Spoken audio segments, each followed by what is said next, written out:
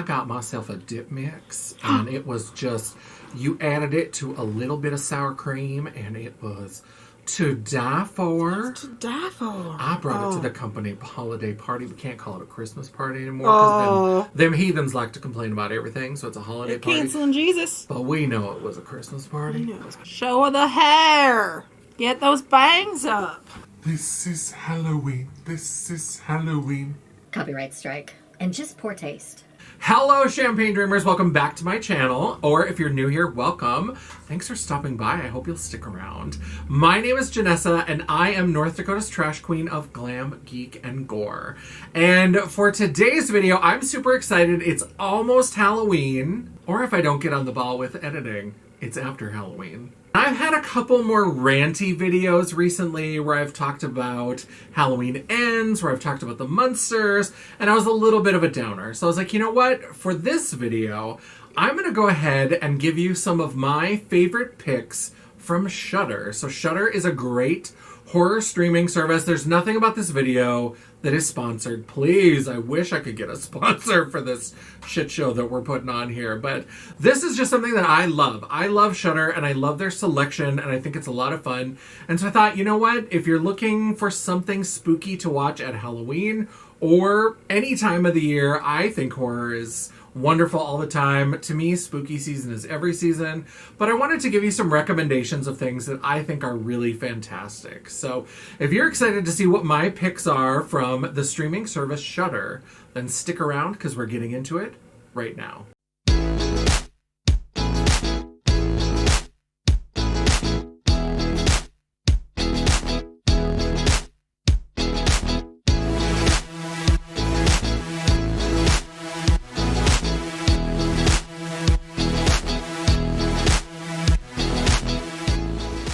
Now, before we get started with that, I also want to shout out one of my artist friends. This is also not sponsored. This is an order that I placed. I paid for these.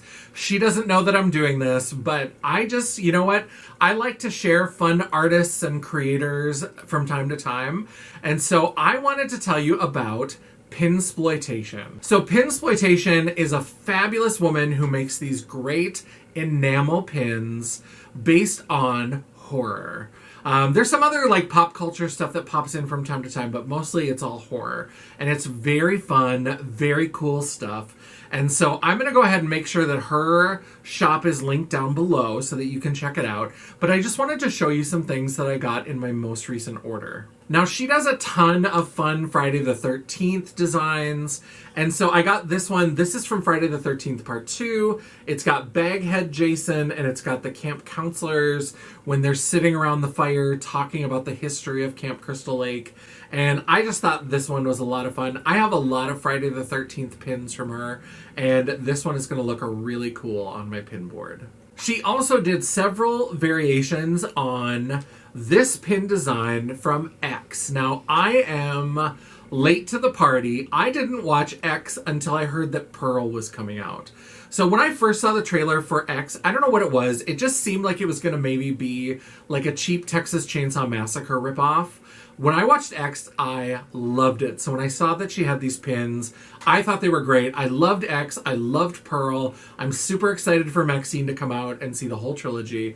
But this is fun. It's got the X in pink glitter, and then we've got Mia Goth over here as Maxine, and then Mia Goth as the old lady Pearl from that movie. And then, of course, the backing cards are always fun. This has a little poster for The Farmer's Daughter, which, of course, is the porno movie that they were making in X when they all got killed off.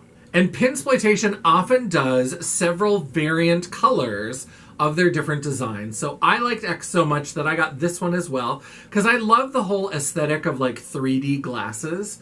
And so I thought this was fun with the white glitter X, and then of course Maxine is in blue and Pearl is in red. I couldn't decide which one I wanted, and so I picked up both of them. Now, the last thing that I picked up in the order, I love the original My Bloody Valentine. I have a whole video about it if you'd like to check it out. And so I couldn't resist this. This painting is huge. It's so big, and it comes on this fun little Valentine card with love pinsploitation.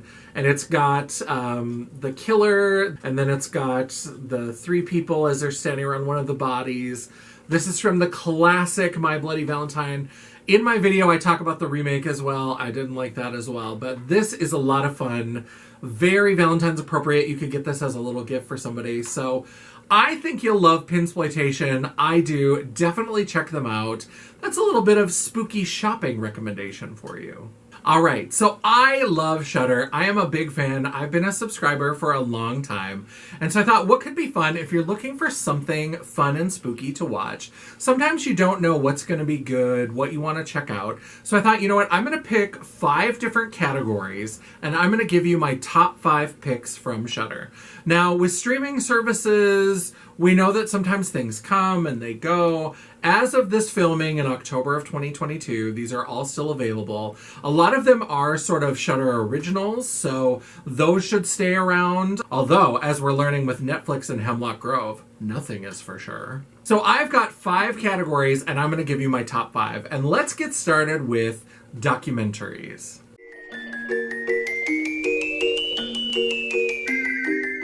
So one of the first horror videos that I ever did here on my channel, I'll go ahead and link it here if you're one of pretty much everybody in the world that didn't check it out. Talking about some of my favorite horror documentaries. So there is some overlap with this list because some of these documentaries are on Shudder. And so I love documentaries. I love documentaries about horror films. And so there are some really good ones on Shudder, and these are probably my favorite. Number 5 is the found footage phenomenon. And this is a fairly newer one, and this is going into movies like The Blair Witch Project, which are supposed to be like found footage where people disappeared under mysterious circumstances. And it really dives into that whole subgenre of horror. That's not my favorite subgenre, but sometimes hearing people talk about things and analyze them, it gets my like geek juices flowing, and it makes me want to watch more of them. So if you like found footage, this is a relatively new one to the service. And so even if you've checked out a lot of their documentaries before, this might be one that you haven't seen before. And so I really enjoy this one. I love found footage from time to time. I think if it's done well, it can be a lot of fun. But I really thought that this was a fun documentary. Number 4 is Memory, Origin of Alien. I thought this was a great one because I don't have a lot of experience with the Alien franchise. I've only ever watched the first Alien movie. I know, sacrilege. Everybody says that Aliens is the better option. I don't know. I just, for some reason, when I was growing up and getting into horror in the 80s, I wasn't really into things that were kind of sci-fi horror hybrids. I was much more in the camp of slashers. I wanted you to get some teenagers together, nude them up, have some drinking, have some drugs, have some sex, and kill them all off. That's what I was looking for in my horror. So I wasn't really watching things like Predator and Alien. I thought of those more as like sci-fi movies, and those to me felt more like boy movies. And I was like, I just wasn't butch enough for that shit. So I never got into those. But when I went back and watched it, I loved it. So I loved this little tribute to the making of Alien and all the stuff that went into it, and the inspiration from H.R. Geiger and the Alien and the trash bag prototype. There's a lot of really fun behind the scenes stuff in this. So if you like behind the scenes, if you like these kind of historical documentaries, and if you like the Alien franchise, I think this is one you'd really enjoy. Number 3 is called Woodlands Dark. Fuck, what is it called? Number 3 is called Woodlands Dark and Days Bewitched. This is one of those long haul documentaries. So if you've seen Never Sleep Again, The Nightmare on Elm Street Story, or Camp Crystal Lake Memories, this is one of those. It's one of those that's like super long. And I don't know if at some point it was released as like a TV series, because they have like these clear breaks in the different types of folk horror. But basically it's this like approximately 3.5 hour documentary that's all about folk horror. So this is something that I talked about when I was doing my video about The Wicker Man. I'll go ahead and link that up here in case you missed that video. But it's all about folk horror, and this is a subgenre of horror that I do really love. I love ghosts and witches, and I love sort of going into the primal and into the woods. So folk horror is basically horror where the modern world is bumping up against the old ways. And sometimes the old ways are the right ways, and so people are punished for forgetting the old ways. And sometimes the old ways are presented as being savage or pre-modern, and so they're a problem. But it's always got this sort of old versus new. And so you go to, old villages frozen in time, or you go to this old castle in the middle of a forest, or a lot of witch stories and ghost stories and things like that. So I thought it was a lot of fun. It is a long haul, so be ready for it. You might want to watch it in segments because it does break up the different types of folk horror that it talks about, but it's really good. And one thing that I think is great about Shudder is that whenever they add a new documentary, they really seem to try to find films that go along with that documentary to add to the streaming service. So for example, when they added this Woodlands Dark and Days Bewitched, they added a bunch of folk horror titles to the service as well. Number 2 on the list is Scream Queen, My Nightmare on Elm Street. That is the film that's all about Mark Patton and his experience filming Nightmare on Elm Street 2, Freddy's Revenge. Referred to in The Village Voice as the gayest horror film ever.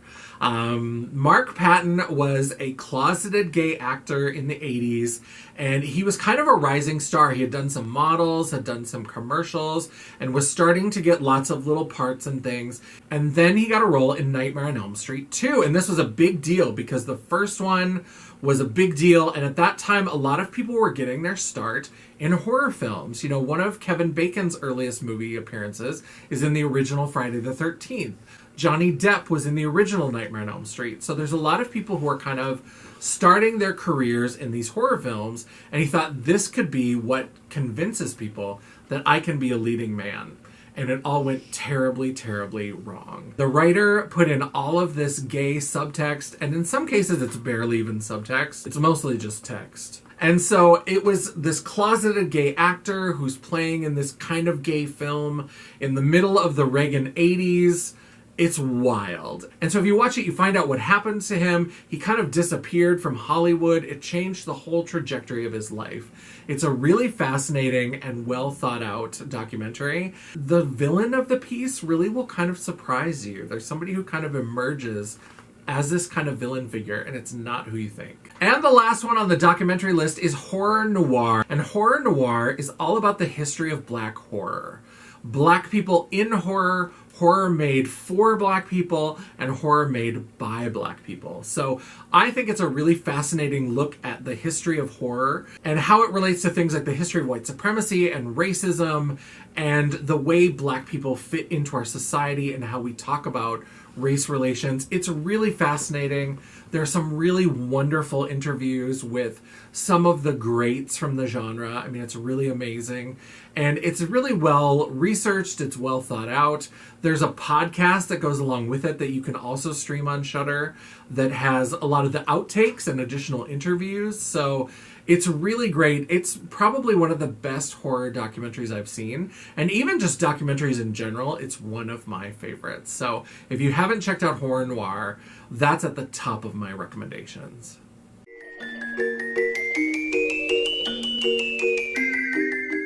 My next top 5 list are my top 5 series. Now, let's get this right out of the way. I like Joe Bob Briggs. I think he's fun. I'm not including any Joe Bob Briggs stuff on here just because if you've been on Shudder and if you've looked in the series section, half of it is tie-ins to Joe Bob Briggs. So rather than trying to parse out which one is the best or all of that kind of stuff, just know that generally Joe Bob Briggs, they're pretty good. I like his series and stuff. So these are from the other non-Joe Bob selections on the Shudder platform. Number 5 is Creepshow. I like Creepshow. I love the Creepshow movies based on the Stephen King stories. I think they're a lot of fun. And so I love that Greg Nicotero decided to do this new Creepshow anthology series. I think it's a lot of fun. The quality is kind of up and down. It's not all great. Some of them are better than others. It's a little kind of middle of the road, but it's still a lot of fun. It's one of those things that really just kind of celebrates that anthology series kind of feeling. I love anthologies. We're going to talk about those later as well, but I just think that Creepshow is a lot of fun. And they have a Christmas special that's all about Santa Claus killing werewolves. That is bananas. It's absolutely bonkers, but it's really funny. Number 4 is Etheria. And I put this lower on the list just because it kind of comes and goes. And this, I do have to say, I have a little bit of bias because through Days of the Dead, the horror convention, I actually know one of the women who puts together the Etheria film list. And so it's the celebration of women filmmakers. So any sort of woman-identified, female-identified filmmaker. They're very open to... They're not TERFs, is what I'm trying to say. Basically, they're saying, we just don't want to put a bunch of, like, cis men on screen. So if you're something other than that, you're probably welcome at our spot. I don't want to speak for them, but that's kind of the impression that I've always gotten, is that that's kind of what they're looking for, is, like, different kinds of perspectives, different sort of female perspectives, non-binary perspectives, trans women, things like that. So they do a selection of short films. And every year they have this big event where they release them, and they've started releasing them on Shudder. And so during the time of the film festival, you can see them on Shudder. And now there's actually, in the series section, there is a selection of like greatest hits. So some of the stuff that they still have the rights to promote and to distribute are part of this collection. So the Etheria thing each year is kind of a limited time, so you really have to catch it while it's there. I think that's a lot of fun. It's a little bit, trying to catch it can be a little tough. I missed the last one. I feel really bad. I told Stacey that I was sorry. That's why it's a little lower, because they do have really fantastic, phenomenal short horror films in their collection. And it's short genre films. It's not all horror, but a lot of it is horror. And I think the collection that they have is like some of the great horror films. So it's basically these like genre films. A lot of people do sci-fi horror type films. Number 3 is Boulet Brothers Dragula. If you are sick of the meat grinder that is RuPaul's Drag Race, then I think that even though it's a little bit inconsistent, even though they haven't really worked out all the kinks of how to like build storylines around their characters, it's really focused on the competition, and they're not as good as at the like storyline part of reality TV.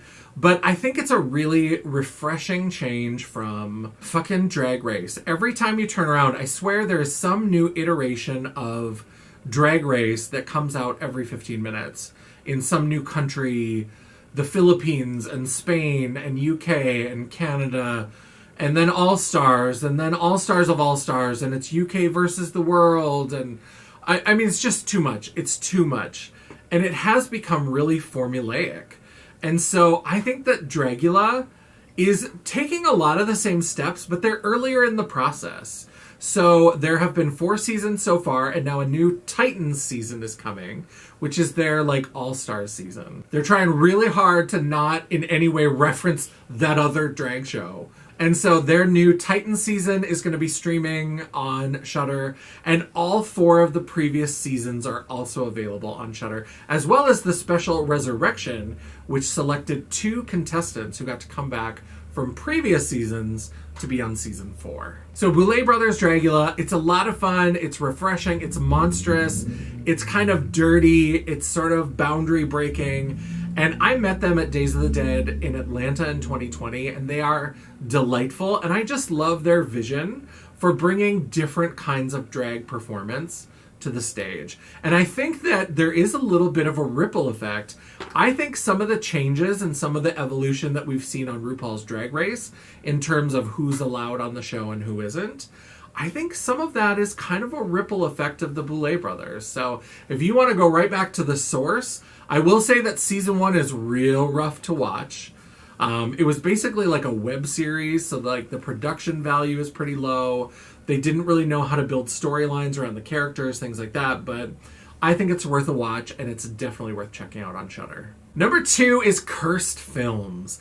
I think this is fun because I love like, it's not exactly true crime, but it's sort of like behind the scenes spookiness about horror films. Because horror is sort of an oddball genre. There's a lot of feelings about it. People have feelings about what it means if you like horror, if you make horror. And so there are these films that get this reputation of being cursed. So people who are involved with the film die, or there's terrible accidents. And Cursed Films really dives into some of these films to say, what's the story? What happened? What's the true tea? Are these films cursed? What really happened on these film sets? And there's some of the very typical ones like The Omen, Poltergeist, The Exorcist. But the first season of Cursed Films, I don't know how I didn't know about this, because at this point, when I did my master's degree, I did a lot of research in horror. But I guess when I was talking about gender stuff, it never really came up. But one of the episodes talks about the Twilight Zone movie, which was Jonathan Landis, and it ended up being a really terrible situation. It ended up being this huge scandal. It really brought an end to the auteur period of film. And basically, Vic Morrow, who is a veteran actor, and 2 child actors were killed in this horrific accident on the set of Twilight Zone, the movie. The story is fascinating, and the fallout and all of that, it's really, really interesting to watch. And so I was glad that they included that, because there was stuff that I had never even heard about. Some of the stuff with like Omen and Exorcist, you just kind of hear about that if you're a horror fan, but this was new information to me, and it was bananas. And the last one is a new series. They are still releasing episodes as far as I know, and that is Queer for Fear. I love stuff that talks about gender and queerness and sexuality and horror. And Shudder has been releasing a new series called Queer for Fear. And so far I've watched the first 2 episodes. There is a 3rd episode that I'm going to watch when I get home tonight. But the first episode is tracing some of these queer roots in horror all the way back to Mary Wollstonecraft Shelley, who was bisexual and was in a relationship. She was married to a man, but he was also in relationship to a man, and she may have had some relationships with a woman. It's really fascinating. Bram Stoker was probably like a closeted Republican gay. Really fascinating stuff about these real icons of horror. And when I think about my own relationship to horror, and I meet so many queer people who love horror, that it just kind of makes sense, and these things develop together, because queerness is about being an outsider, and depending on where you live and who you're around, it sometimes means being monstrous. So the fact that horror deals with things that queer people can relate to, it just makes sense. So it's really fun to look at sort of the history of this. And then we go into early cinema with James Whale, who directed Frankenstein, Bride of Frankenstein, The Invisible Man, and The Dark House, and just really influential horror films. And it's just really fascinating to look at these different sort of queer narratives unfolding in film. I don't know how many episodes there's going to be. I'm going to watch all of them. I'm very excited, and I think you should check that one out. That's my number 1 recommendation for series, Queer for Fear.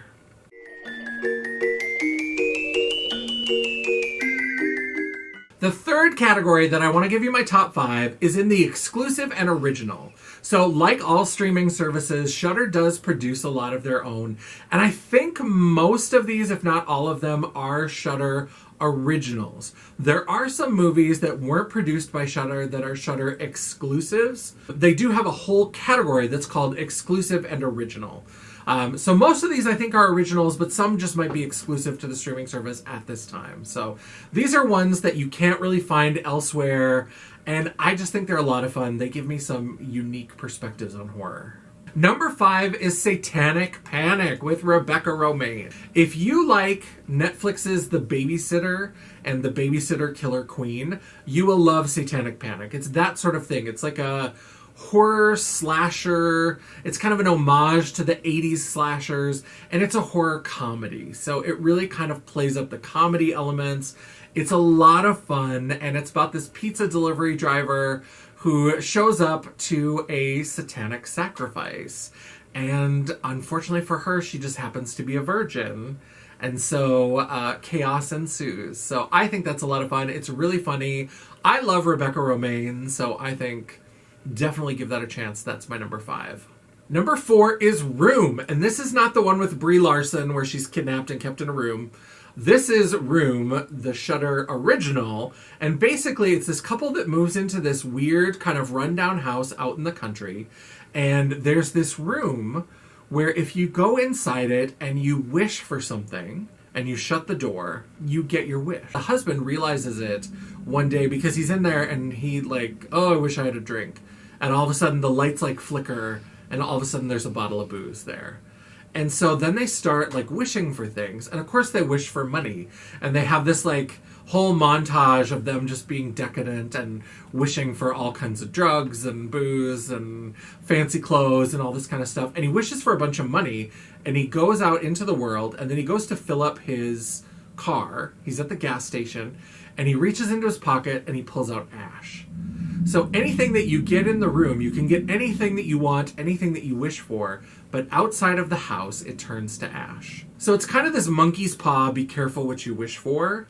And basically what happens is his wife really wants to have a baby. And I'm not going to spoil it for you. That's all I'm going to tell you is how they navigate that discussion of should they wish for a baby? What does that mean based on what we know about this room?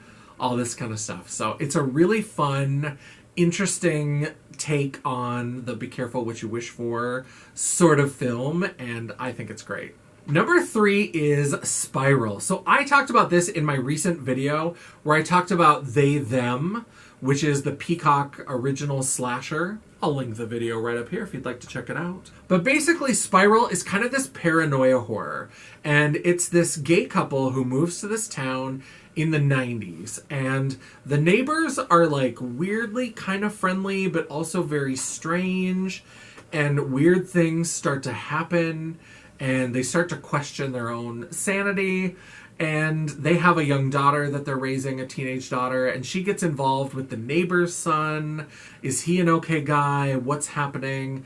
And things just get weirder and weirder. And so the one husband, Malik, he's kind of like, I don't think things are okay here. And his husband is just like, everything's fine, everything's going on. And in typical paranoia horror, chaos ensues. That's the theme for this video, is you think things are going okay and then shit gets weird. And so it's a really fun exploration of paranoia and prejudice in small town life. I'm from North Dakota. That rang true for me in many ways. So definitely check out Spiral. Number 2 is another one that I've talked about in another video. This video right here, where I talk about horror comedies. And that is the movie Slacks. This one is just stupid and fun. It is so funny and so weird and so off the wall. It's about a pair of killer jeans. And it's about these people who are working at this like American Apparel type store. And they're all locked in overnight because they're doing a reset for the launch of this new product called Slacks. And what they don't know is that these slacks are killer pants that are going to murder you and devour you. And it's just bananas. It's really funny. They really kind of play up the sort of mindlessness of corporate culture, the sort of weird fake family-ness of corporate culture. It's so funny. It's so smart. And it's got some good gore and all that kind of stuff. It's everything you want in a horror comedy. And number 1 on this list is one that even surprises me because I don't typically like zombie movies. And that's the movie Blood Quantum. So Blood Quantum is a zombie story that happens in and around a Native American reservation. And for whatever reason, this zombie plague starts happening. And it seems like some of the people from the reservation are not affected by it. So there's something about if you are part of this tribe, you are not affected by what's turning people into zombies. And so in addition to just being a fun, gory zombie movie, it's got these questions of, should we bring people into our community to try to protect them? And what was our relationship to these white people from the community before that? And so it really gets into these interesting sort of aspects of colonialism and post-colonialism and race relations when you're talking about white communities and native communities. And it brings a lot of fun political stuff into it and just these really interesting sort of character dynamics. And I just thought it was a lot of fun. I think it's really well done. It made me like a zombie movie. I never would have thought that I would have a zombie movie on the top of any countdown list that I have. But Blood Quantum, if you're going to watch one exclusive original show on Shudder, I would say make it Blood Quantum.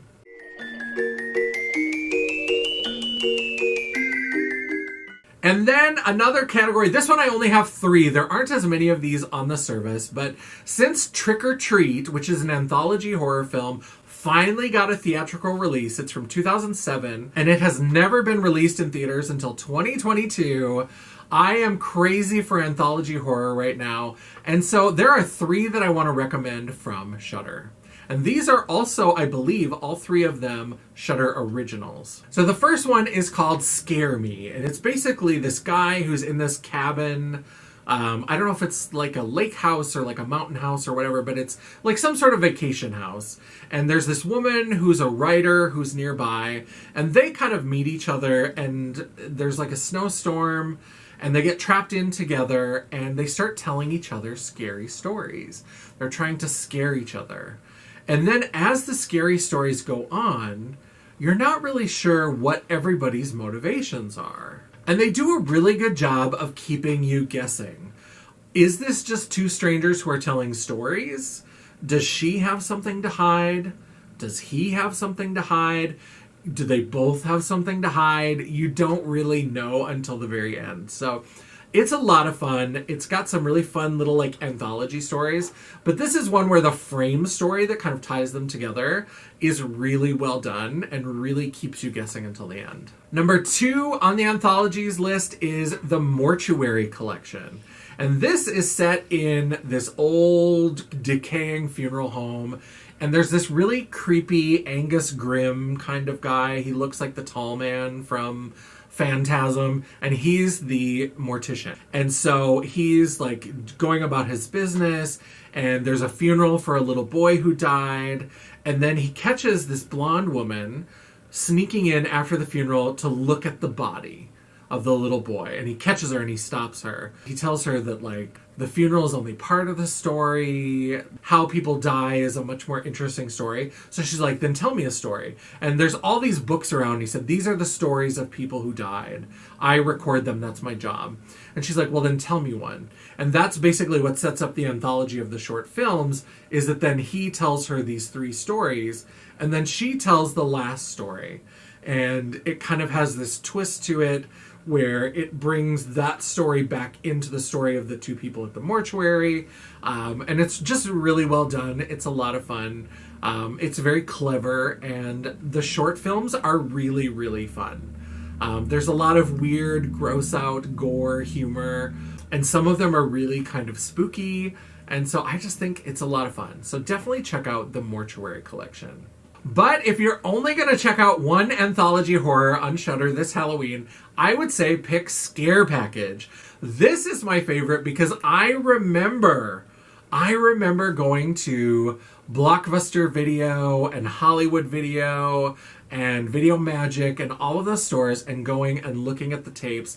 And that's the frame story, is that this kind of goofy guy is running a video store, and he's just hired this new person to be his helper. And there's this customer who's like a movie nerd aficionado, and he wants to work there, but the main guy who runs it doesn't want him to work there because he's kind of an oddball. And so he's got this new guy who's working for him, and he's telling him about the stuff that's for sale, for rent in this video store. And then they start talking about them, and the videos play. So you get to see these short films that are basically the stories of these videotapes. And then as it goes on, it kind of twists where the people in the frame story become part of the stories that are being shown. It's very strange and very fun. It's got a cameo from Joe Bob Briggs, and it's just a good time. So definitely check out Scare Package. That's my favorite anthology from Shudder.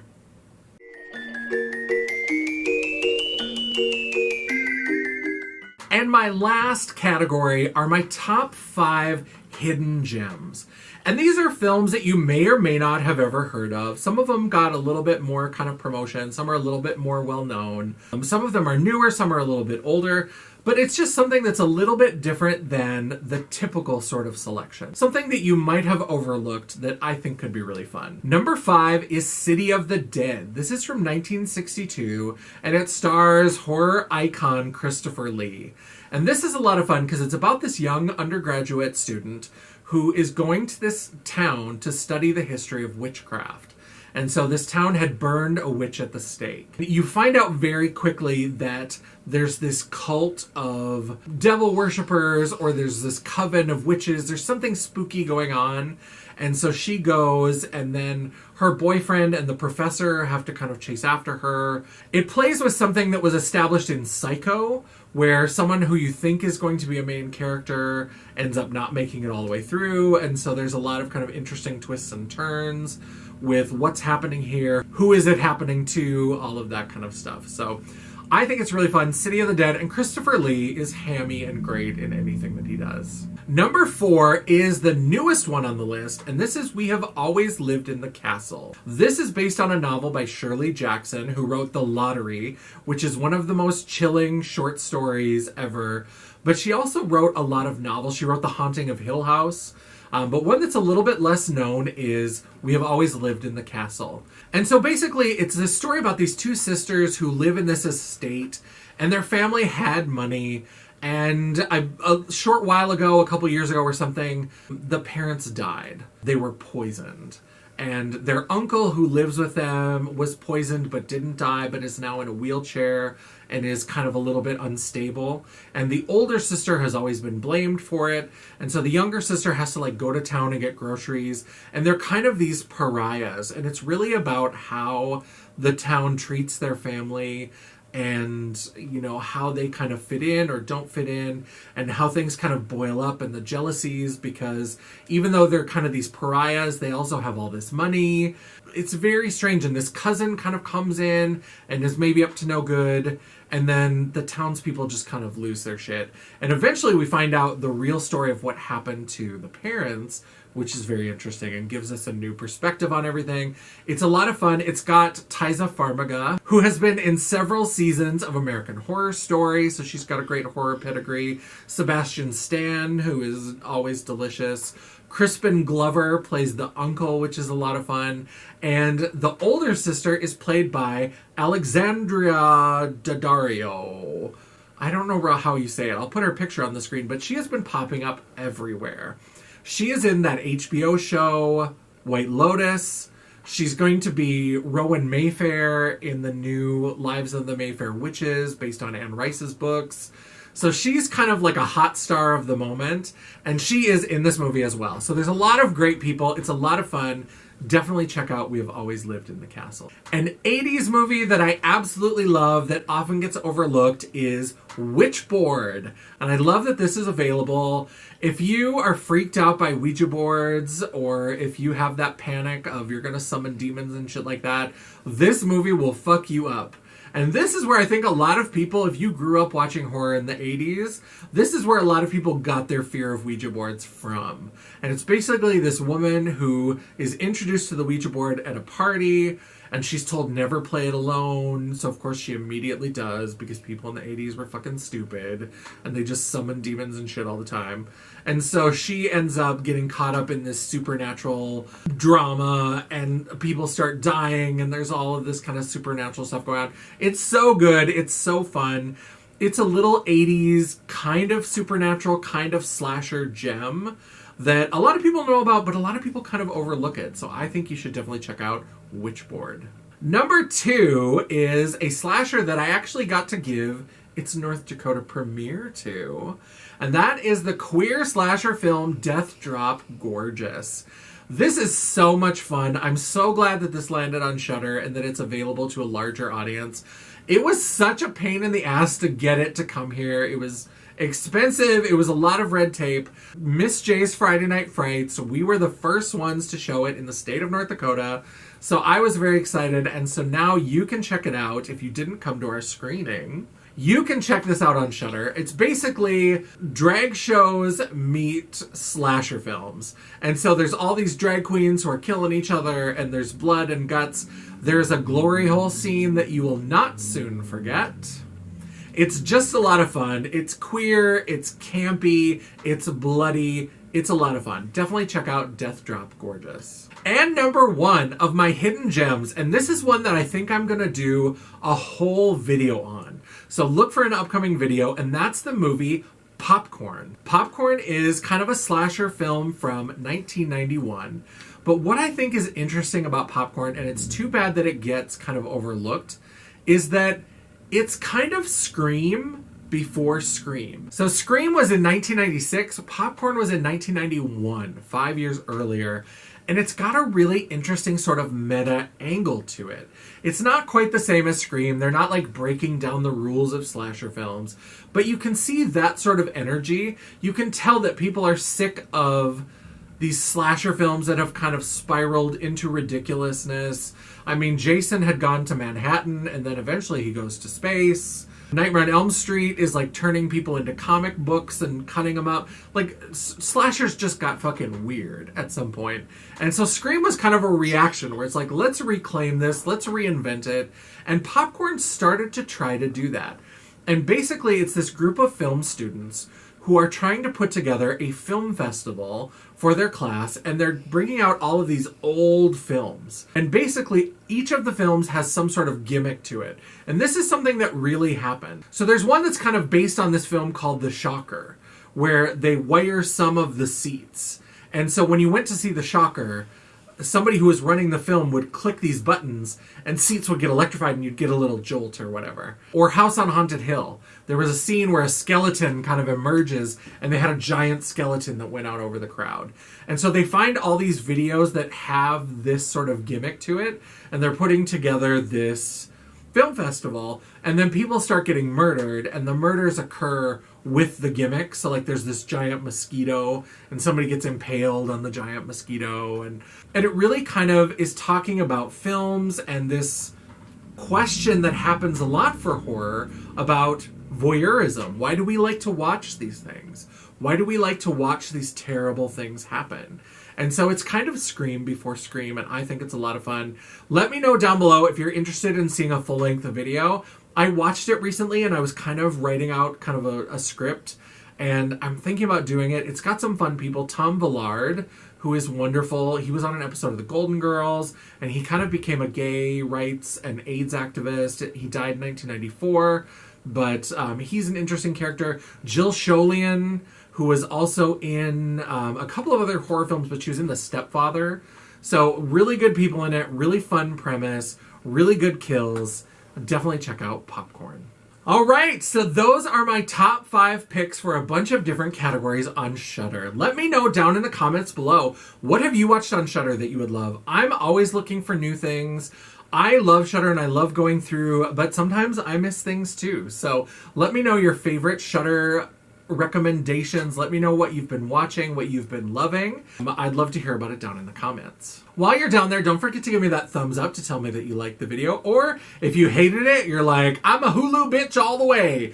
Give me that thumbs down. I don't care. It's all engagement. The algorithm isn't a picky bitch, and neither am I. And while you're down there, don't forget to hit the subscribe button. Subscribe to the channel, join the family, get updates about when we are coming out. And if you want to make sure you hear about all the uploads that are coming out, hit that bell icon so you'll be notified of all uploads. I've been doing really good about uploading at least 2 videos a week, including vintage episodes of my podcast, Miss Jaye the Renovation.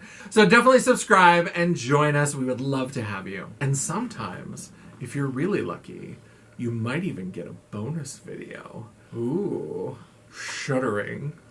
If you'd like to chat, banter, or commiserate between uploads, all of my social media will be linked down in the description box below, including a link to my website, The World of Champagne version 3.0 at janessajay.com. Thank you so much for watching. I love and appreciate all of you. Go check out some good things. Halloween is almost upon us. Go have some fun. Spooky season. For me, it's all year long, but I know we're running out of time, so squeeze some more blood out of it if you can. And until I see you again, bye. Which board? That board. Over there. If you'd like to chant. If you'd like to chant to Satan.